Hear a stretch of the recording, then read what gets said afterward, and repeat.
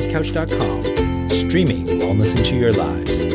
You're listening to A Quirky Journey, the healthy family podcast with your hosts Jo Whitten and Fuad Kassab.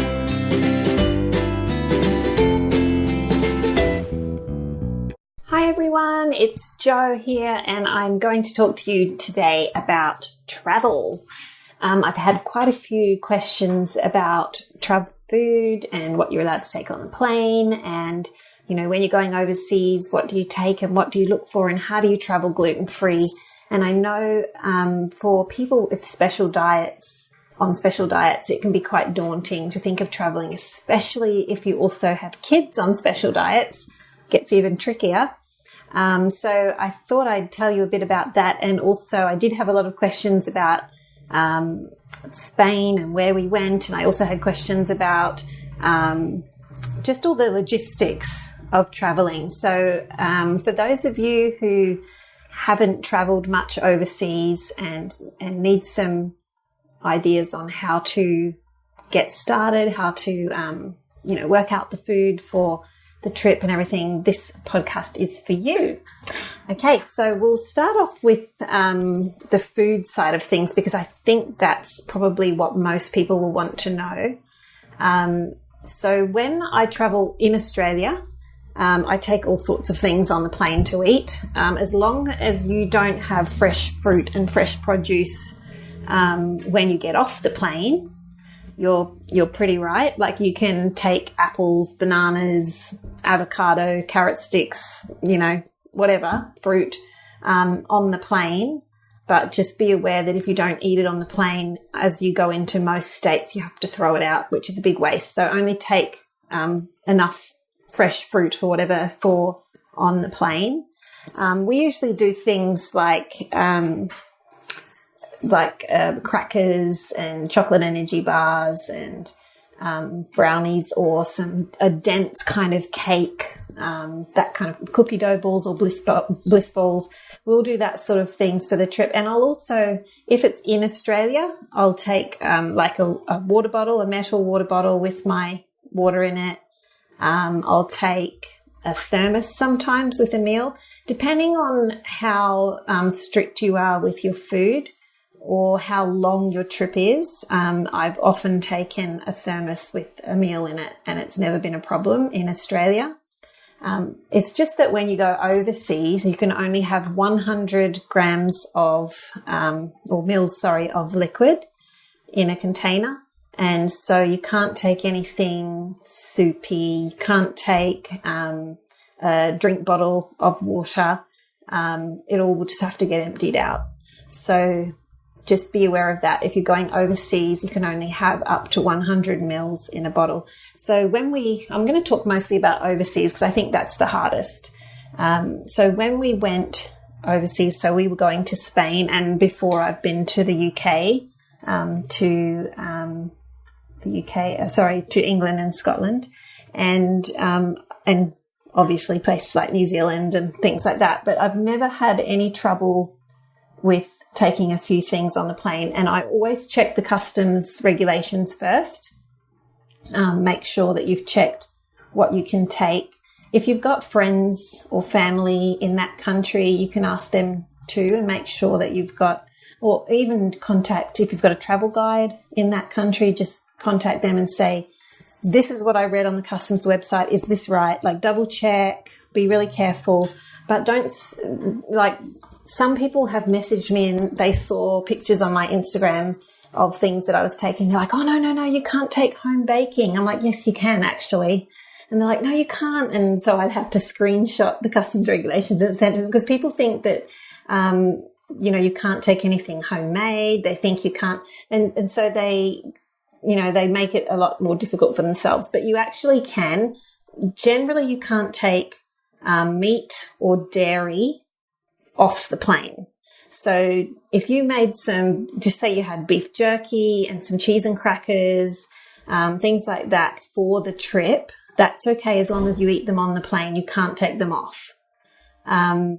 Generally, I take things like I mentioned, I make chocolate energy bars. So I'll use the nutty chocolate recipe or the raw chocolate recipe.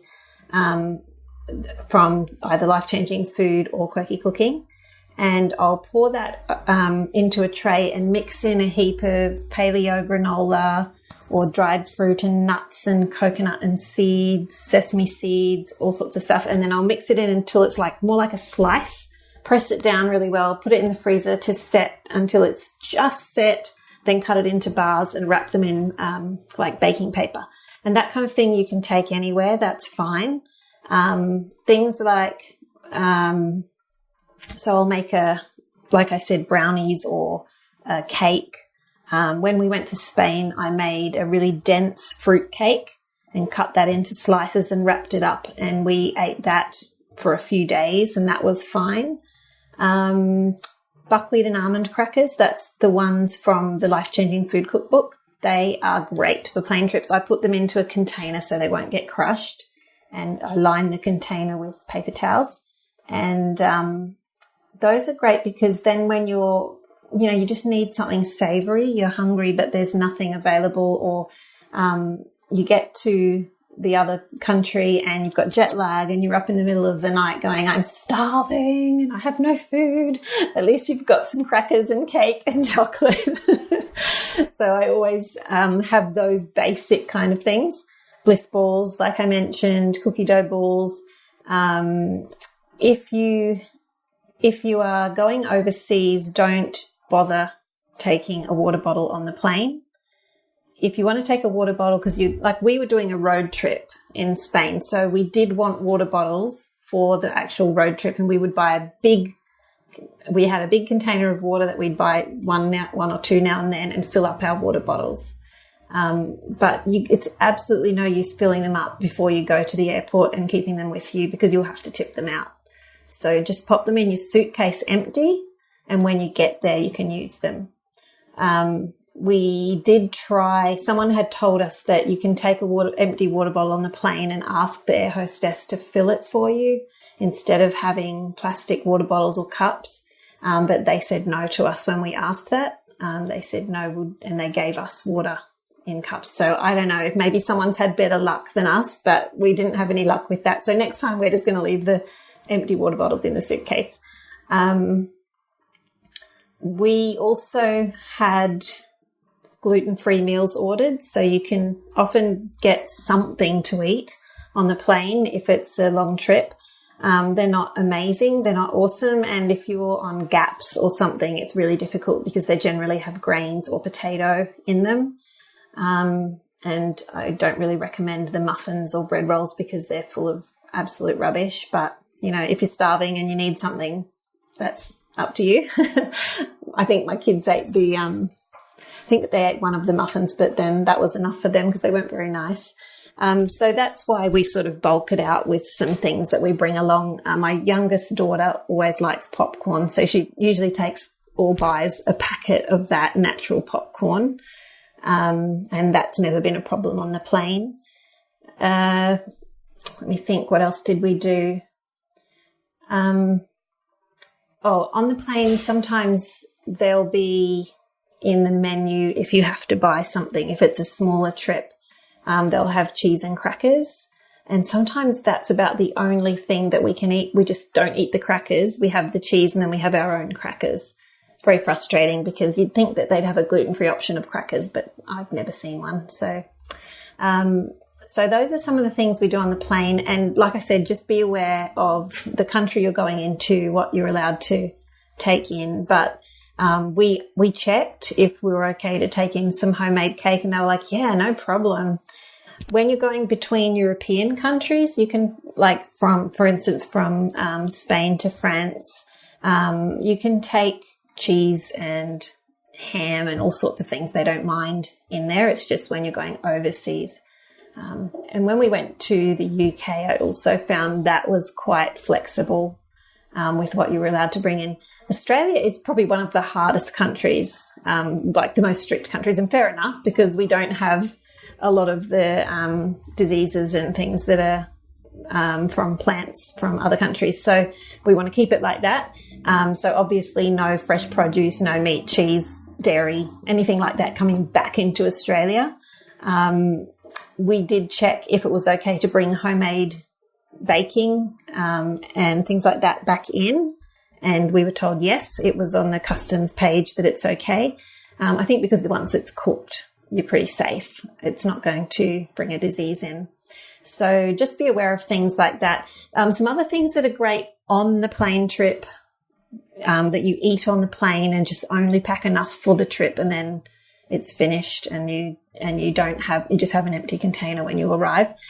Things like chia pudding, I've always found that really good because you can pack that into a jar and have it layered with roasted fruit, some nuts, coconut, like a coconut milk chia pudding, and I find that really filling. That is like a meal.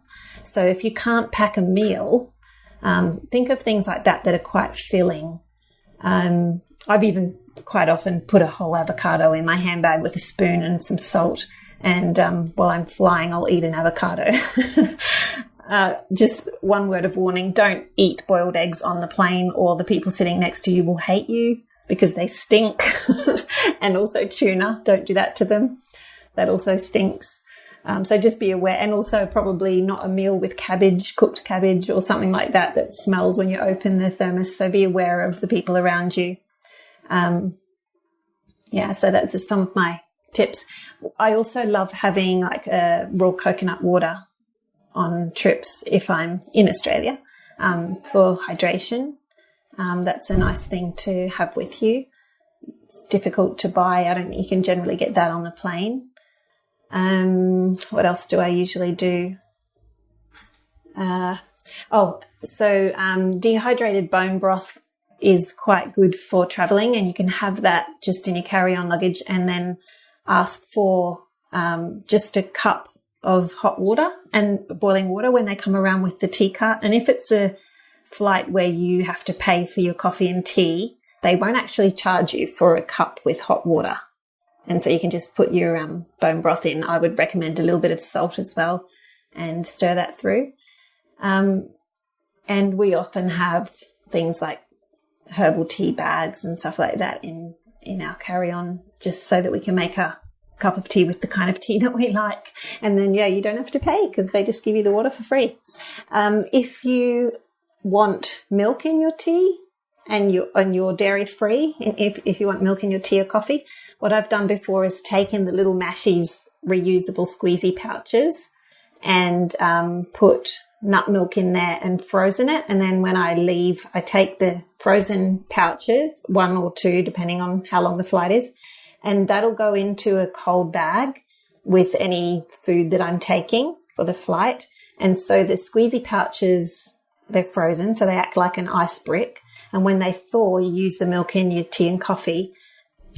And that works really well. Just remember though, and they're only 100 mils or less. So that's also okay for overseas. One of the mistakes that I made this time when we went to Spain was I took a cold bag with a cold brick in it to keep the chocolate and the cake and everything from, getting too warm. And we arrived in one of the countries we were going through, and they checked through my stuff and they said, "This is not 100 mils." And I was like, "Oh yeah, because it melts." So your cold brick, don't forget, that's going to melt, and then it's liquid, and it's got to be less than 100 mils. So keep that in mind. So that's why those little Mashies squeezy pouches are good with frozen milk in them. They threw that out, so I lost that. That's okay.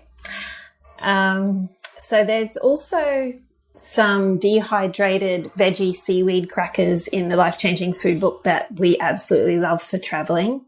They're so tasty, and they're a bit more than just having a cracker because they've got the veggies in them. So that's another good one, but they are very brittle, so you need to put them in a hard container. Okay, so those are some of my tips for the actual food. But do check the customs regulations before you go into a country, and also check with the locals if you can. But I do think it's very important to be prepared for aeroplane trips if it's going to be a long trip, because you get so hungry, and sometimes the food on the plane is really inadequate, to put it mildly. Okay, now food in the country. So I'll talk about food in Spain because that's the main place that we were. And I know what you're thinking. I know you're thinking Jo is so organized with her diet and she's probably, been really strict while she was away. And so you want to know what I did to stay gluten-free. Well, the truth is I didn't stay completely gluten-free while I was in Spain. When I was in the UK 4 or 5 years ago, I think 4, I was on early gaps and I was very strict because I had to be, because we were on, a healing diet. And I had no problem staying gluten-free in the UK. It was actually quite easy because, for breakfast I'd get bacon, eggs, mushrooms, tomatoes, that kind of thing. For lunch I'd just get meat and salad or meat and veggies, and I'd swap the potato and ask them to put pumpkin instead. Or at breakfast I'd say, instead of the sausage, because they'd have grains in them or wheat, I'd say, instead of the sausage, can you swap it for another egg? Or, I never ever had anyone say no, and it was really easy. I was gluten-free and dairy-free and actually grain-free the whole time I was in the UK. Spain was a different kettle of fish though. They say it's very easy to stay gluten-free in Spain, but I didn't find it that easy. Probably we hadn't been as prepared because I was thinking it would be as easy as the UK, but it wasn't. So thankfully we had been working on our gut health for 4 years, and as most of you know, the wheat and the bread in Europe, like places like Spain and France, is actually a lot better than ours here in Australia and better than the UK. And you can get bread that's very traditional. So it's practically sourdough. It's very good quality. It's not just a quick fluffy bread. It's the old-fashioned chewy, stretchy sourdough kind of bread. And it's made with wheat that hasn't been hybridized and, sprayed with glyphosate and all that kind of stuff. So it's actually a better quality wheat. And we didn't react to it at all. So we did try to stay mostly gluten-free, but now and then there was breadcrumbs on something, or in a sauce there was wheat, and sometimes we did give in and have a little bit of bread or churros. At the end we had a couple of croissants in Paris, and we didn't react at all.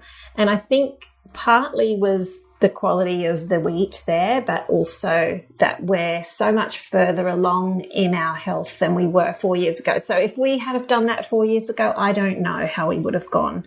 So you really need to think about where you're at with your health and how you react to gluten. Like if you're celiac, obviously you've got to be strict, and I've got some tips for you, so don't worry.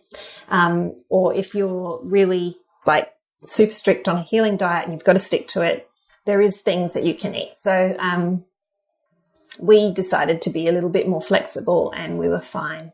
Okay, so for those of you who do need to stay strictly gluten-free or grain-free in Spain, these are some tips. Okay, so breakfast was the hardest time. I found it quite tricky in Spain because breakfast in traditional Spanish cafes is generally bread or pastries with coffee. In the smaller towns, we couldn't get things like eggs and bacon, yogurt, fruit, or even a Spanish tortilla, the egg and potato omelette, for breakfast. They didn't serve that kind of thing until 12 at the earliest. They're not traditional breakfast foods. And at some of the small cafes in little country towns, because we did a road trip, so we weren't just in touristy areas. We didn't want to be in touristy areas. We wanted to get into the real country areas and the little villages and stuff, which is awesome, but it's a bit harder with the food.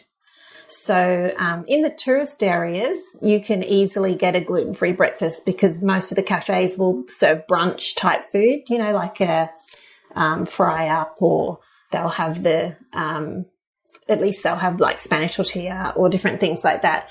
But in the more traditional areas, it's pretty much coffee and bread for breakfast. You can ask if they serve pan sin gluten, which is gluten-free bread. If you can't find gluten-free bread, you need to be prepared to make your own. If you can't find a gluten-free breakfast, you need to be prepared to make your own. So my best tip is to always book accommodation with a little kitchen. So we mostly used Airbnb. We did some through booking.com as well. And if you do it that way, when you arrive in a town, you go to the supermarket, you buy your eggs and your meat, your veggies, yogurt, fruit, whatever you usually have for breakfast, and you just plan to cook breakfast in your accommodation. And then when we did that, we found that we had breakfast earlier. We had a big breakfast for cheaper. And then we would go out after breakfast and sit in the cafes and have coffee and, you know, still enjoy that cafe experience, but without the gluten. So, and that way, you know, if you've got a good breakfast, I find I need a good breakfast because then I'm sort of energized for a whole morning of exploring, and we walked a lot. But on the mornings where we were in little villages and we had nothing in the accommodation really to eat, sometimes we would wander for half an hour or an hour looking for a cafe that served something that we could eat, and then we'd just give in and have toast and bread, you know, well, not toast, but tostadas, which is like that nice bread in toasted. So yeah, if you can cook for yourself for breakfast and then go out for a coffee or a hot chocolate to watch the world go by in a cafe, that works really well. I would also recommend, you know, when you get to a town and you go to the shop to get your groceries, stock up on some healthy snacks. The laid-back lifestyle in Spain means that the meals will probably be later than you're used to. Well, if you're anything like me. In our family, if lunch isn't at 12, then, you know, it's like, what is going on? And if dinner's not at 6, then unless it's like the middle of summer and it's really hot, we eat at 12 and 6. But in Spain, as you probably know, breakfast is around, you know, we had breakfast usually around 10 a.m. Lunch was usually between 2 and 4. And dinner was about 8 p.m. to 9 p.m., something like that. Locals will eat later. Sometimes we'd go to a restaurant. We went to a restaurant and had dinner at 8, and it was so empty, and it was a really beautiful restaurant that's really well known. And we thought, oh, this is so empty. Must just be the low season, you know. And then by about 9:30, the people started arriving. We were like, whoa, like we were finishing and they were just sitting down to order. So they definitely eat later there. So one of my tips is pack some good, healthy, gluten-free snacks for when you're off exploring or road tripping so that you can last until dinner because, you know, if you want to sort of be out and about at the time the locals are out and about, then, you know, you're going to have to snack. They do have tapas in Spain, which is, you know, that's the sort of thing you can go and get a snack here and there and sit with a snack and a drink and have that any time in the afternoon, really, and the evening. And there's a lot of variety, so you will be able to find some gluten-free options. But a lot of the delicious fried seafood in Spain and the bombas and the croquetas, they're fried in breadcrumbs, so you'll have to avoid those. You can try asking for your seafood or your calamari grilled instead of crumbed. I don't know how you'd go with that in small villages, though. In the bigger cities, maybe that would be easier. I'm not sure. I guess it depends on how used to gluten-free customers they are at each. You know, some cafes, even in country areas, are great. They've got gluten-free options and they're sorted.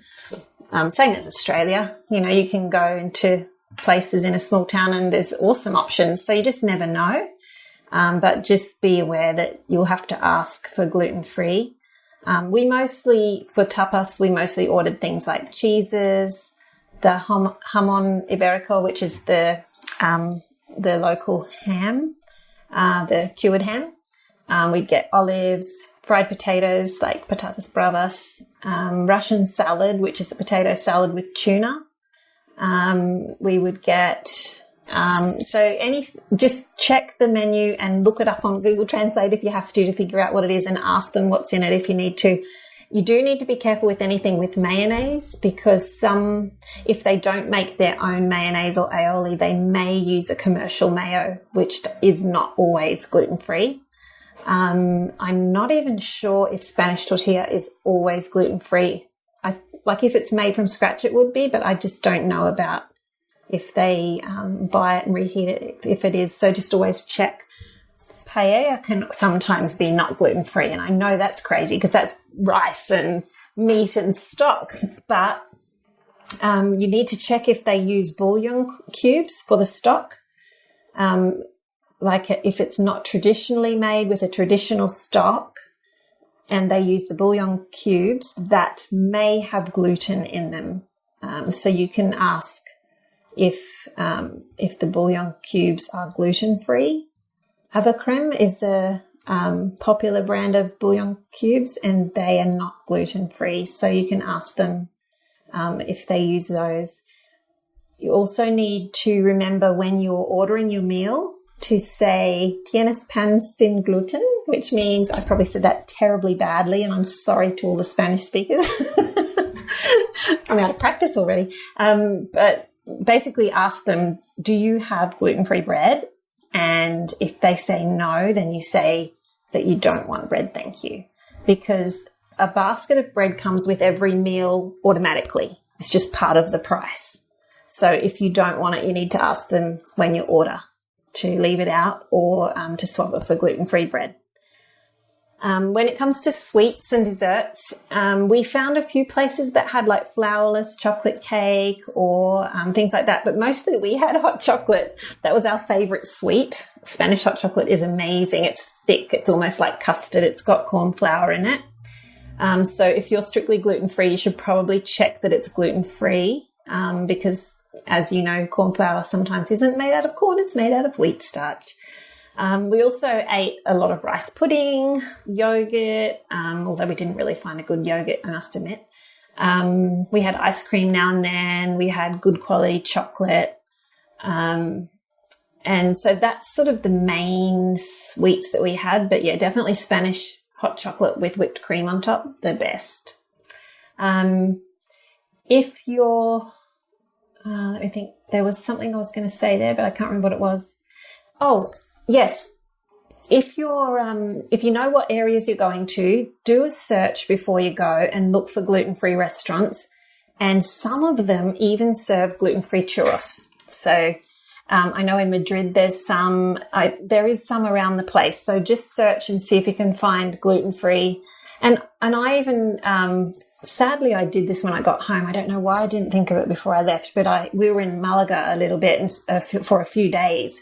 And I guess because we had Victor, our tour guide, who chatted on our last podcast, so I didn't worry about it then. He just took us everywhere and he knew we were gluten-free. But when I got home, I Googled gluten-free cafes Malaga, and there was a big list of them. So, and what you could order that was gluten-free. So always do a good search before you go to an area. I think that's one of the best ways to have a really good trip, especially if you've got food intolerances and allergies, is to do your research before you go. I found a good website with a lot of tips for gluten-free travel in Spain, and I did have that before I went. What to ask for, how to say it, what things not to eat. And I'll put the link in the show notes for any of you that want it if you're going to Spain. But really just get online and do a search for gluten-free cafes, restaurants, foods in the area that you're going to, so you know what to ask for. We also did searches in TripAdvisor for gluten-free restaurants. You can go on there and look in, so you can go to the area that you're going to and look in there for gluten-free places. But a lot of times it just means at meal times buy simple meat and veggie meals, and that's easy enough at lunch and dinner, but it's just a bit more difficult at breakfast. So yeah, I'll put a link to that article. You'll find that really helpful. Another random bit of advice that's not quite related to food, but it kind of is. We were quite surprised by the amount of cigarette smoke in Europe. We're not used to that in Australia because you can't smoke in an outdoor cafe or anywhere near the shop doors, So we sat down in this beautiful outdoor cafe to eat our dinner, and all around us people were smoking, and it was just wafting over our faces and in our dinner. And I was just like, oh, I can't eat. It made me feel really sick. I get a headache and feel sick when I'm breathing in a lot of cigarette smoke. So just be aware that if you're sitting in an outdoor cafe, that is the smoking area. If you can sit on the edge away from people a bit, you may be able to get enough fresh air that it doesn't bother you. but we ended up having to sit inside a fair bit to escape the smoke. So that's a pity, but yeah, if you can't handle the smoke, you're best to sit inside. And if you sit too close to the doors, they'll keep opening and closing the doors and you'll get it anyway, by the way. So that's about the only downside.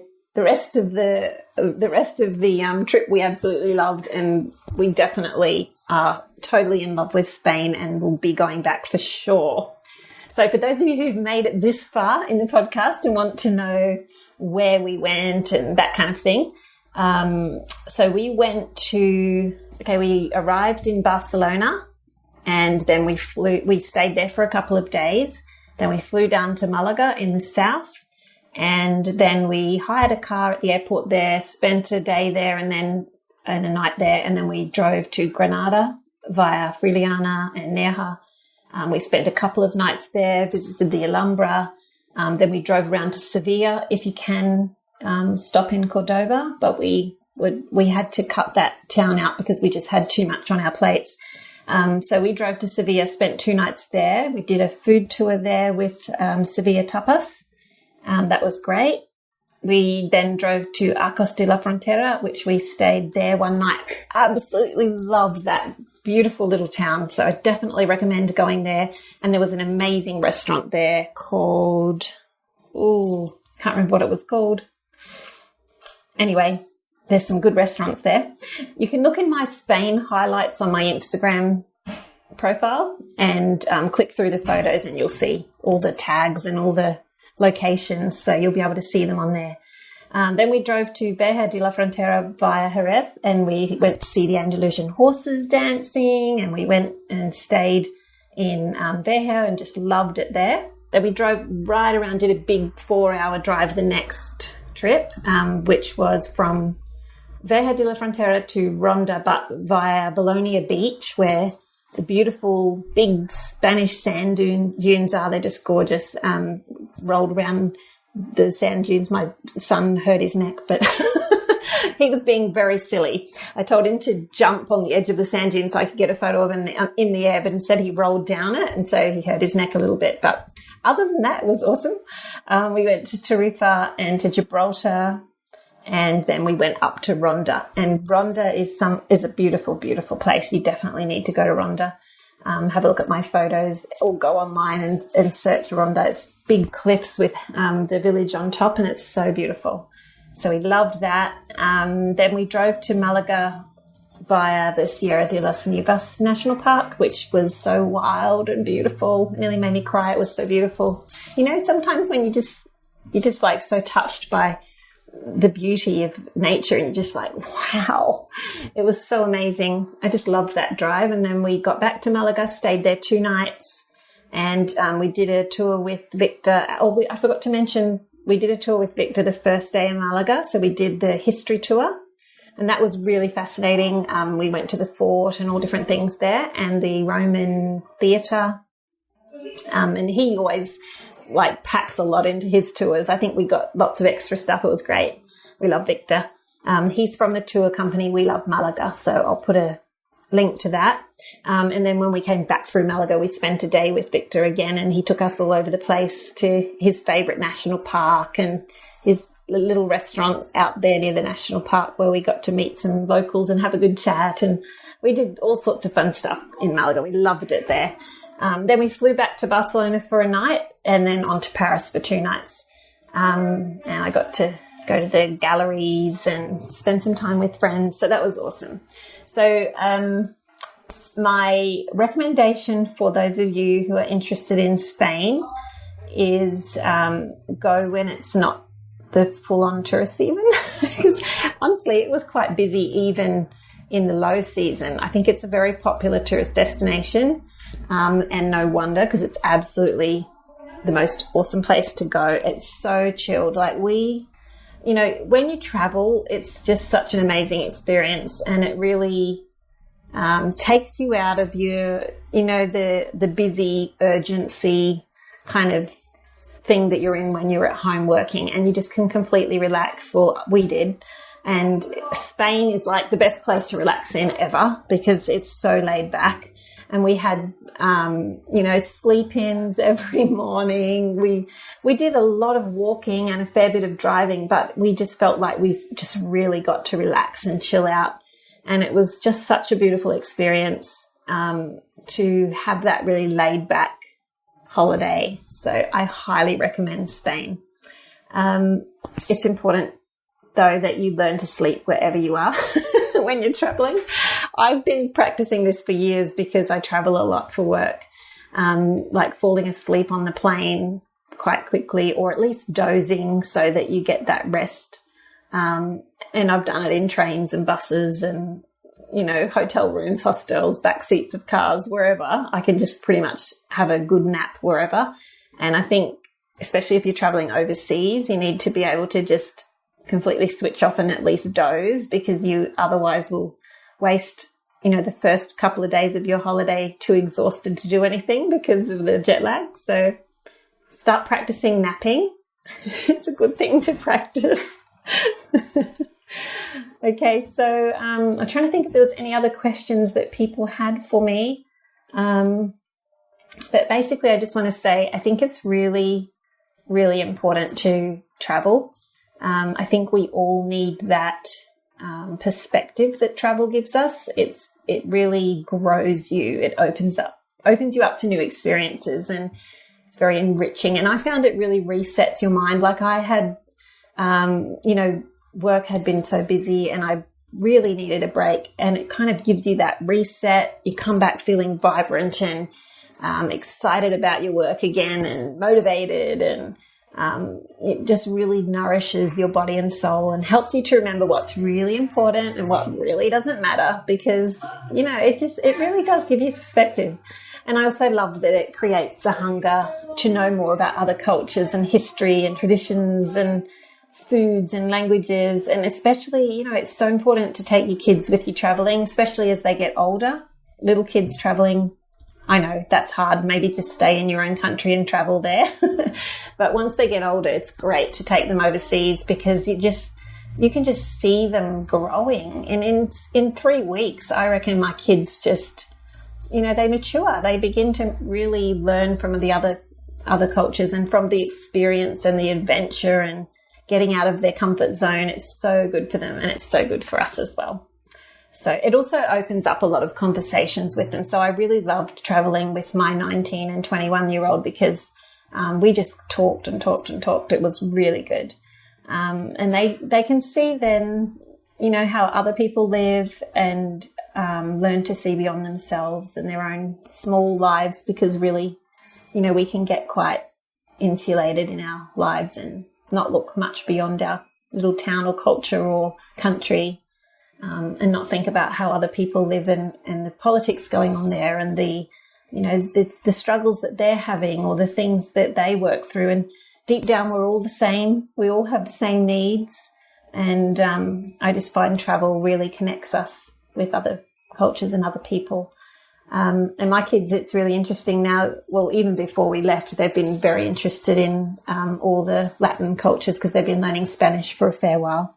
And they'll be listening to the news because they want to hear what's happening in Venezuela, or they want to know what's happening in Spain. And they're looking into the what's happening in other countries, and they're concerned for people in other countries. And I think that's a beautiful part of travel, that you begin to have a bigger worldview than maybe you had before.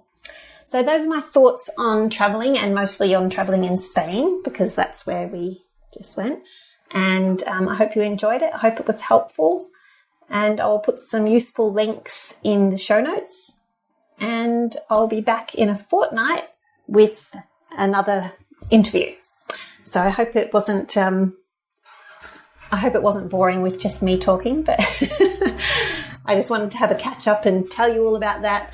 And I'll be back in a couple of weeks to chat to you again. Thanks for listening, guys. Have a great week. Bye.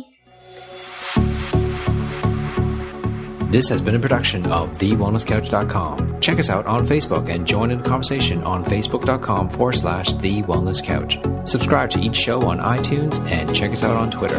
The Wellness Couch, streaming wellness into your lives. Whilst the Wellness Couch presenter endeavor to provide accurate and helpful information to their listeners, these podcasts cannot take into account individual circumstances and are not intended to be a substitute for health and medical advice from a qualified health professional. You should always seek the advice of a qualified health professional before acting on any of the information provided by any of the Wellness Couch podcasts.